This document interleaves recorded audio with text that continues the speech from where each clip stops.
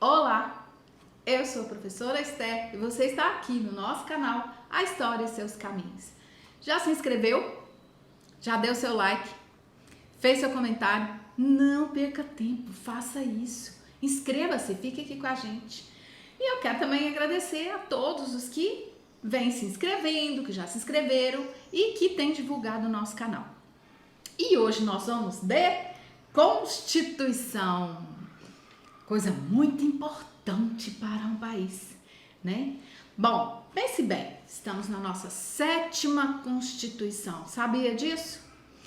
Então, por isso mesmo nós vamos falar como foi a primeira Constituição, como foi a criação dessa primeira Constituição. Vamos falar então da famosa Constituição da Mandioca. Mas por que será que chamou Constituição da Mandioca? Então, é disso que eu vou falar agora. Bom, é importante assinalar que uma Constituição, ela tem a função de organizar a vida de uma nação, né? O Brasil, que tinha a pretensão de se tornar uma nação, né? Aí, com o processo de independência e depois com o Dom Pedro I, ele tinha que pensar assim numa Constituição. Mas antes de pensar numa Constituição para o Brasil, existia uma outra Constituição que estava sendo elaborada, não aqui, lá em Portugal. E é disso que a gente vai falar agora para chegar aí na tal e tão famosa Constituição da Mandioca. O que acontece? Nos anos de 1820, né, em Portugal, eles já tinham se livrado lá dos mandos de Napoleão, da Inglaterra e tudo mais. E assumiu então o poder na época em Portugal, né, uma espécie de burguesia comercial, né, que tinha ali uma ideia de uma proposta liberal para Portugal. E nesse sentido eles precisavam de uma nova Constituição. E onde estava o rei? No Brasil. E foi exatamente o que aconteceu. Eles começaram a exigir que Dom João fosse embora para que essa Constituição fosse elaborada, organizada com a presença do rei, né? É conhecido que lá em Portugal organizaram-se então as Cortes Gerais e Extraordinárias da nação portuguesa.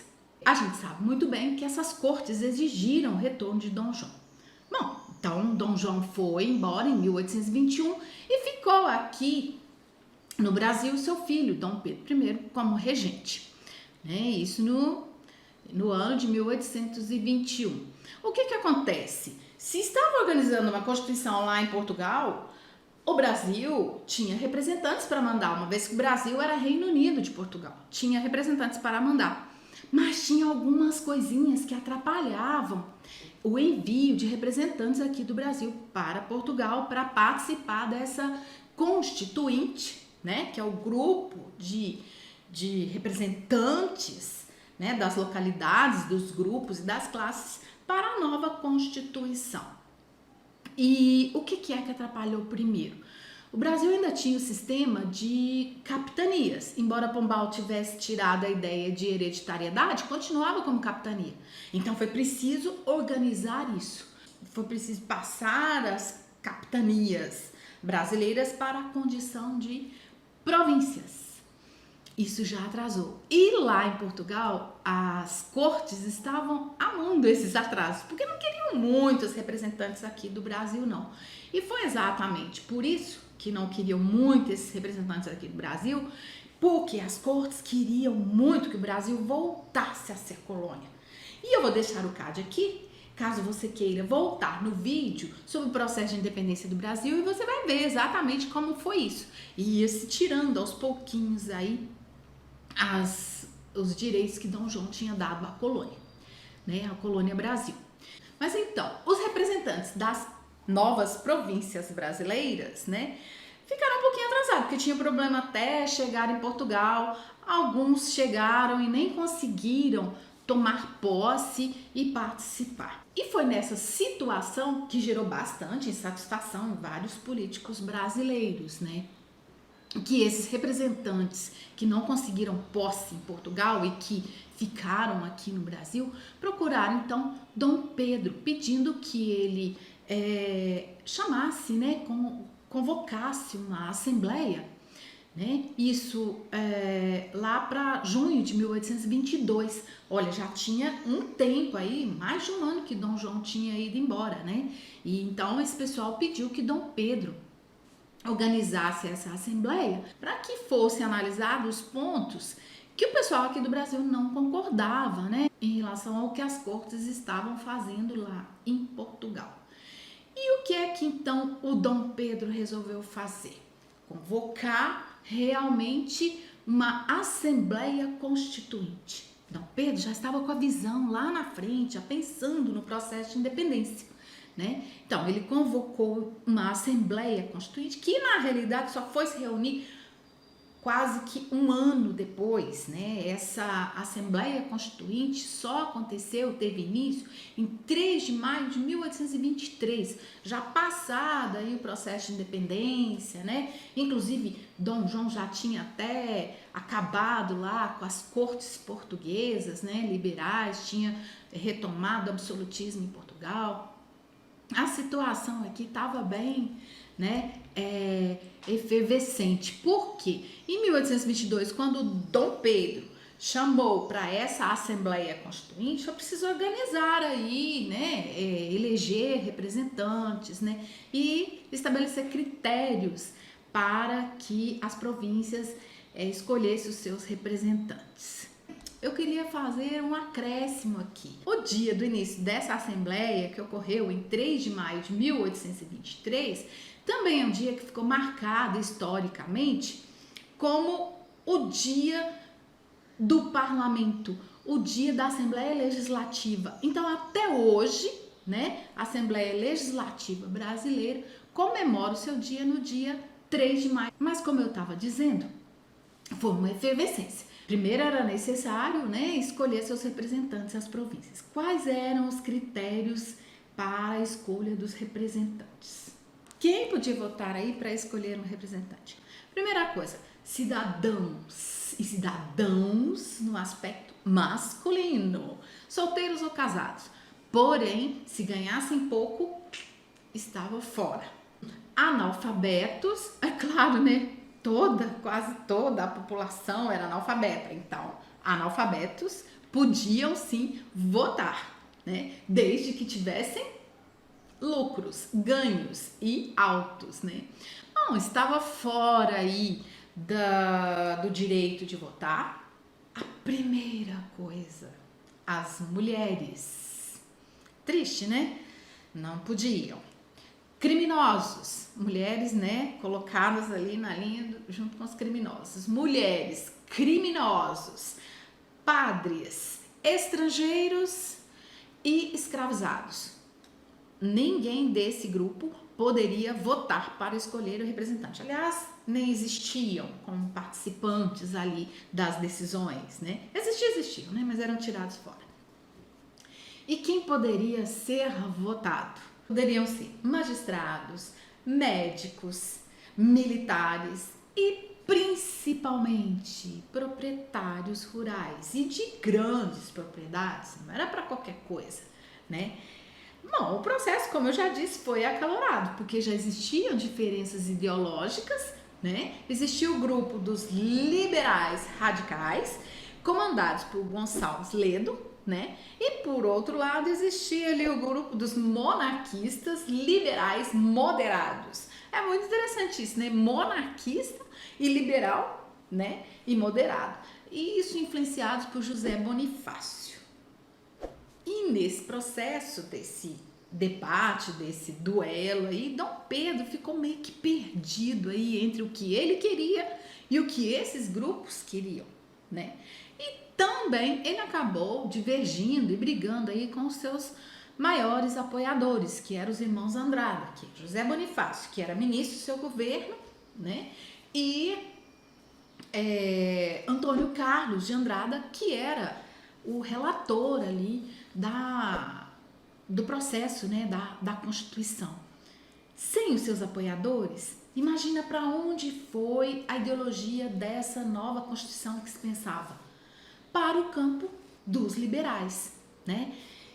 E olha, a coisa foi deixando Dom Pedro realmente bem satisfeito. Mas antes, vamos ver alguns pontos dessa proposta de Constituição, a famosa Constituição da Mandioca, como eu já disse lá no início. Primeira coisa a destacar, né? A escravidão nem se pensou em ser eliminada. Não se falou em escravidão, nem, né? Mantinha-se tudo do jeito que estava. Novidade, né? Eliminou-se tudo o que fosse relativo ao que antes existia de monopólio, de dependência de Portugal. É claro que a Inglaterra continuava por aqui, né, articulando, mas Portugal estava fora aí, né? Então liberalizou-se a economia nesse campo, né? Esses aspectos. Passada essa organização do campo econômico, definiu-se então como deveriam ser as eleições, né? Fundamental entender isso, deveriam ser indiretas e censitárias. Indiretas é quando você vota em alguém que vai te representar. No caso, né, seriam lá os deputados e senadores, né, que seriam os detentores aí das decisões em nome da população que votaria neles, né? Censitária. Então, aí quando fala censitária, quem ia votar tinha que comprovar a renda. Dessa renda definida aí é que vem a piadinha de ser a Constituição da Mandioca, né? Por quê? Era definido que para votar o sujeito tinha que ter como renda líquida o mínimo de 150 alqueires de farinha de mandioca. Muitos livros trazem isso como se fosse alqueires em terra, mas na época, alqueire, né, no caso aqui, era também uma medida de capacidade, equivalente aí a 13.800 ou 14 litros, né? Então, o sujeito tinha que comprovar uma renda líquida no valor de 150 alqueires de farinha de mandioca para poder votar. O sujeito que quisesse ser candidato a deputado, né, ele deveria comprovar uma renda líquida de 500 alqueires de farinha de mandioca. E se fosse para senador, 1.000 alqueires de farinha de mandioca, né? Daí a piada. Na realidade é porque quando esses sujeitos tinham todo esse total aí, é sinal de que eles tinham muito lucro e tinham bastante propriedades e escravos sob seus domínios. O terceiro ponto forte dessa Constituição é que ocorreu na época uma onda de nacionalismo, né? E isso já estava assim incomodando o Dom Pedro. Por que essa onda de nacionalismo? Nem todo mundo tinha concordado com a independência do Brasil. Então havia em algumas províncias, né, umas lutas contra o processo de independência aí do Brasil. Isso carregou o pessoal da Constituinte, né, que estava organizando essa nova Constituição, de um nacionalismo exacerbado, né? Então foi carregando ali aquela Constituição, principalmente contra os portugueses. E o Dom Pedro era português. E o quarto ponto forte aí desta Constituição, que fez com que o Dom Pedro chegasse ao final aí dessa história, é que esses constituintes, eles instituíram que o poder deveria ser dividido em três: executivo, legislativo e judiciário. Ou seja, o Dom Pedro, que tinha uma ideia de seu poder absolutista, teria que dividir com mais dois poderes o seu poder de executivo. Isso foi a gota d'água para Dom Pedro, né? O que ele fez então? Utilizou do exército, invadiu o plenário na noite de 12 de novembro de 1823, encerrou toda a sessão. E essa noite é chamada, né, dito que foi numa madrugada, né, que Dom Pedro já estava preocupado, é chamada Noite da Agonia. E, claro, depois que o exército chegou, entrou, intimidou todo mundo, Dom Pedro entrou lá assim e disse: eu convoquei essa primeira assembleia com o direito que me cabia há um ano atrás, mas agora eu posso desfazê-la e convocar outra. E tenho dito. Então, a história da nossa primeira Constituição, que foi pensada, elaborada, né, planejou-se tudo direitinho, mas não se concretizou. Né? No próximo vídeo, nós vamos ver qual foi a solução encontrada aí por Dom Pedro, uma vez que ele desfez essa e disse que ia convocar uma outra. Será que ele convocou mesmo, hein? Então, eu espero que tenham gostado. Bom, e mais uma vez aquele recadinho de todos os dias, de todos os vídeos. Inscreva-se, vai lá, dê seu like, deixe seu comentário, divulgue os nossos vídeos. E até mais. Tchau!